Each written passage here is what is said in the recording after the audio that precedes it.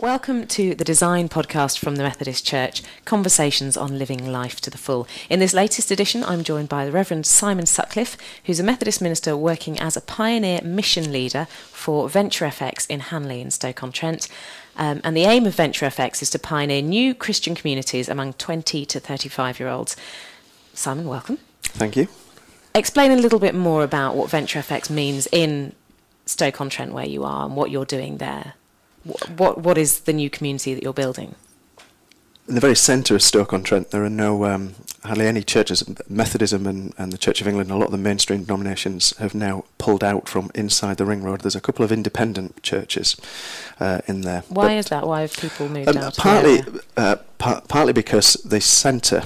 You need to know a bit about Stoke in that it used to be the potteries industry, and so lots of little towns were together, and they all had their own centres.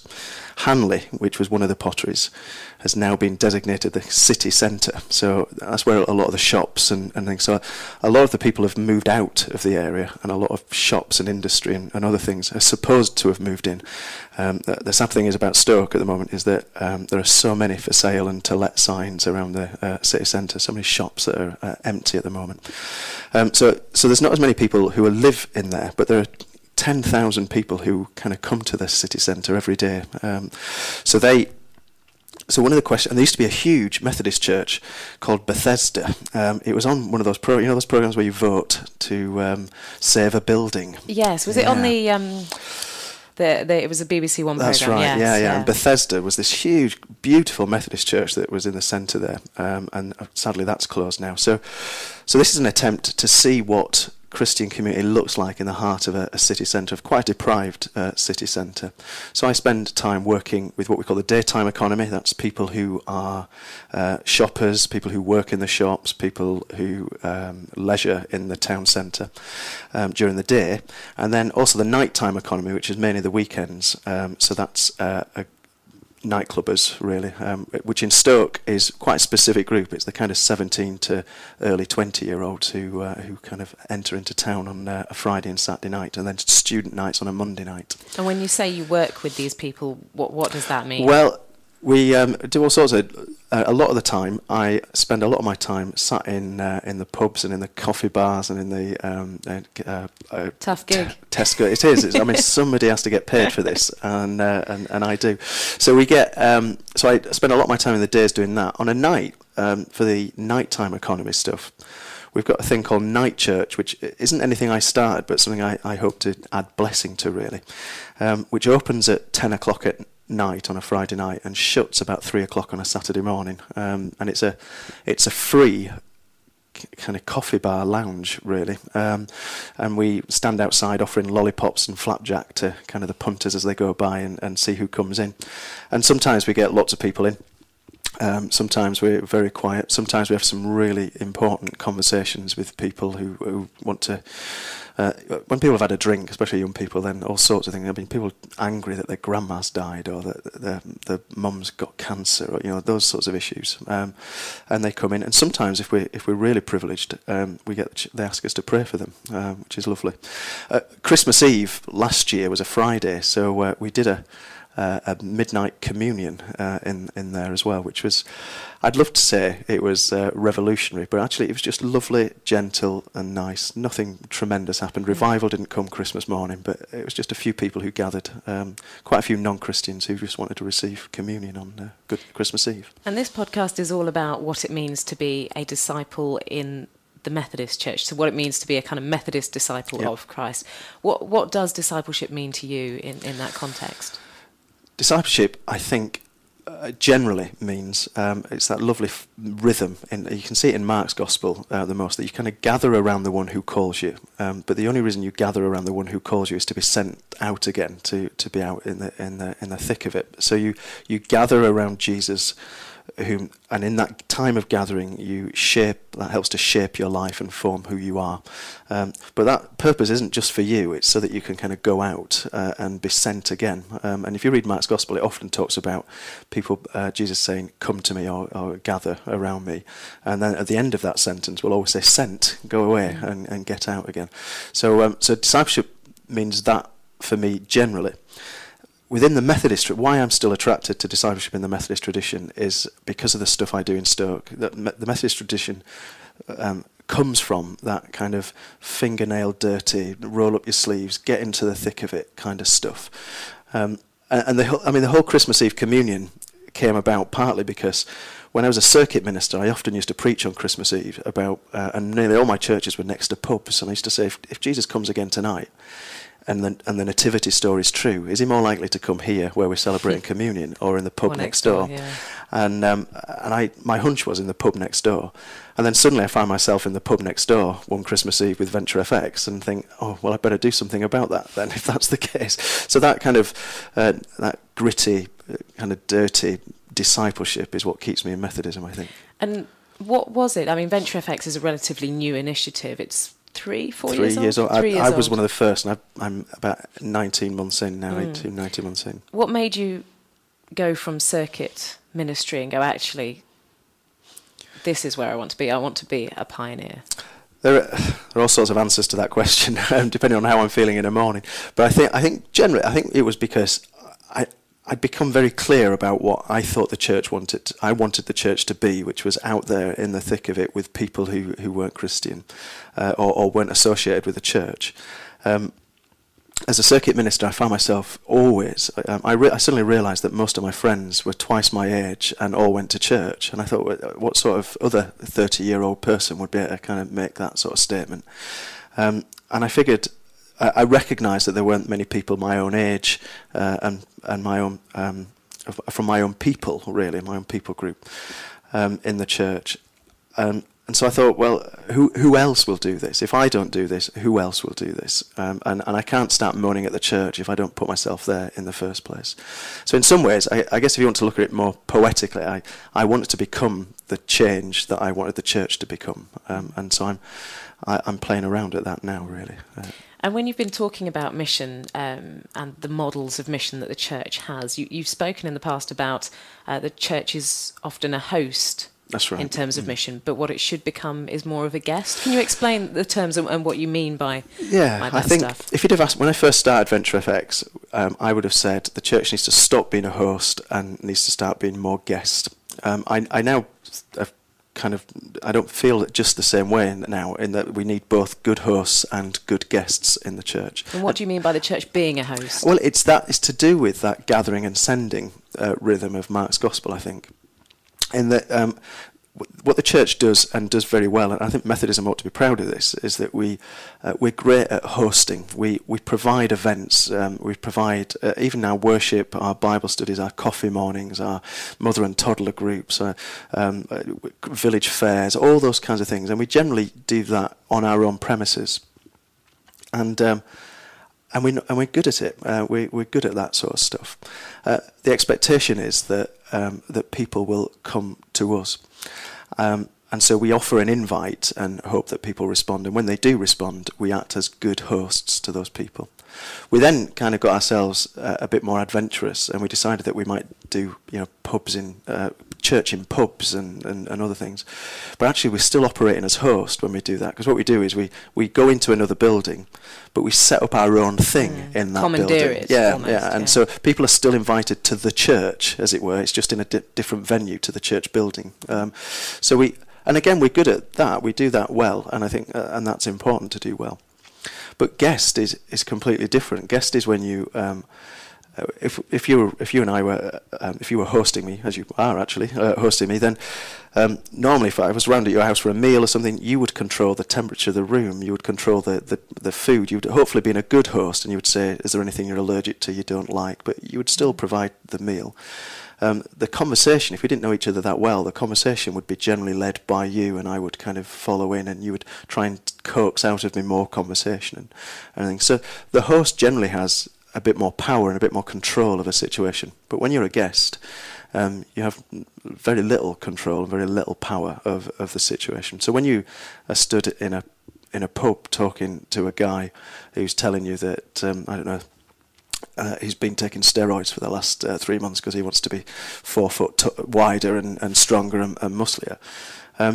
You've not got the right to point out his errors in his way and then ask him if he wants to give his life to Jesus. And you've just got to hear the conversation as it is. When you're on the streets of Hanley on a Friday night, and you're a guest in their space, in the nightclubs and things, then the language that will be used will be their language, and you've got little right to say what language they can and can't use. So being a guest is about finding yourself in those more vulnerable places, but those places that aren't controlled by the church, they're owned by other people and controlled by other people. Does that then diminish the amount that you can contribute to the situation, that you can bring in terms of, you know, introducing people to Jesus or showing people what discipleship means for you and the way you live your life? It doesn't. The second part, I don't think it does. It certainly diminishes the amount of time that you can spend with people talking. You can't arrive at somebody's house and suddenly say, "Let me tell you about Jesus." It kind of stops that process, but it doesn't stop the process about living out your life as a disciple. So one of the things about being guest, I think, is to be very clear of your own discipleship, of your own need for Jesus, of your own working out of what it means to be a disciple of Jesus. So you have to be very clear about that. And there's nothing wrong with saying to somebody in the pub, I've got to go because I'm helping with the soup kitchen in an hour's time, so I'll see you later. And then saying, you can come along if you want, maybe what are you doing the next hour? And those sorts of things, which is the Emmaus Road effect. Jesus makes his way off in one direction, and the Cleopas and his companion are stopping, and they say, do you want to stop? And so then they suddenly stop. And I also think there's different ways in which you are a guest and there's different ways in which you can be a guest. When you're a guest in a pub or a restaurant, then you're a corporate guest, and that is different to when I get invited to or my brother or sister phones me and says, "Do you want to come round?" Yeah, the rules are different, and what you can talk about are different. So when you're a guest, a more formal guest, then you've got to be very, you've got to mind your P's and Q's, and you've got to be very careful and be careful about how you come across, and those are the times when you've got to be very careful about what you want to say and how you say things about Jesus and your faith and those other things. But when you're a more informal guest, then that boundary begins to lessen, it diminishes a little, so you've got more chance of having a more open conversation. So one of the tricks then is to go from being a corporate, not so known guest to a more informal guest. So you want to be with the same people quite often so that you can get to know them and that you get to know their name and their story. Is there a danger when you're a guest, though, that you lose something of your identity, that you lose something of if you're a guest at a party, you don't have any control, as you say, the temperature of the room, the menu, the other guests, you don't have that control, and you kind of swept along with it. And is there a danger that when you're being a guest as a disciple, you're kind of entering situations over which you have no control, but also over which you're kind of disempowered to bring maybe Christian values or Christian influence over certain situations? There is, yeah, and I mean, and that's part of the problem. Well, it's not part of the problem. It's part of the wonder of it. I think is that if church operates from what sometimes we call the Christendom model, where we're all powerful, we've got all the answers, anything that's wrong in the world, we can solve it if they just come to us. To a much more vulnerable place where you're saying, actually, I'm going to place myself into your hands. I'm going to place myself at your feet, and to that Christendom model assumes that God has revealed everything that is to be revealed to the church. But what if God has revealed some of the things that need to be revealed to people outside of the church? So what can the church learn? Some of my greatest theological conversations are in the pub with people who don't go to church, who've got some very interesting ideas about who God is and why God might allow certain things to happen, or the very nature of God, really. So I think there's that. But you're right about losing your sense of identity, which is why I have I've moved again to this idea that we need both hosts and guests, because a guest needs to come home at some point. If a guest is eternally guest, they become a vagabond. They're just a wanderer, and they have nowhere to come home to. And what I discovered within 6 months of Venture FX, of my wandering, was that I was suddenly out of breath. I was just lost, and I realised that I just needed to come home. And so to find those places that are home for me, which might be a couple of local churches, it's the Venture FX gathering meeting that we have with all the other pioneers. Those places where you don't need to explain yourself. You can just be yourself, and you don't need to be as attentive and on your guard as you might be when you're in those other places. And a place where you just don't feel as vulnerable, so you feel safe in that place. But the only reason to be there is to ready yourself to be out again, back into the world. So I think that, and I think that's also why, as a disciple that practices the art of guest, you need to work very clearly on your own disciple. You need to have a good, strong sense of what it is to be a disciple, so that you can stick it out there. But I think I don't think this is new. When I first kind of started thinking this, I thought, "Ooh, this will be great. This is mind breaking. This is your book. Yeah, this is the book. This is the PhD. This will do it." And then, of course, I read that passage of Jesus sending out the 70 and the 72, where he says things like, "I'm sending you out like a lamb into the wolves." Well, if that's not about vulnerability and others trying to consume you, then I don't know what is. He says, go into a house and stay there until the work is done. So that idea that you arrive and you stay in somebody else's space until that is finished, that you remain as guest. The idea that that lovely idea that when you knock on the door, before you arrive at the house, you knock on the door and you say, "Peace be with you." And if your peace is returned to you, in other words, if there's a connection, if something works, then stay there. If not, kind of walk away. It's going to take much longer for you to engage with that. And one of the interesting parts of that passage is that Jesus says, we'd have thought, wouldn't we, if we were missionary, we must tell everybody about Jesus. Jesus says in that passage, don't speak to anybody on the road. Just go to the place where you're going to be guest. Yes, that's the place. Yep, that's the place to be. And we see times in the Gospels when Jesus is being both host and guest. Yeah. You know, he feeds the 5,000. He's a host. He's providing for their needs. He's giving them space. He's the centre of attention. But then we see him kind of being quite an annoying guest in lots of ways, a kind of disruptive guest at some parties. You know, really trying to shake things up. So where do you, when are you a well-behaved guest, and when are you a disruptive It's who's guest? he's disrupting. It's not normally his host. It's normally other attendees at the around at the party. And so if there are other people, so it's all right to say in a pub, if you hear somebody saying something that you think is a sexist remark about somebody else in the pub, or if you hear a racist remark of somebody else in the pub. I'm when I'm talking, I'm very clear about my views. At one point, Stoke had, I think, 8 BNP councillors on its local council, and so I was quite happy to say that just has no place within my understanding of what God's about and what it means to be a Christian and a disciple.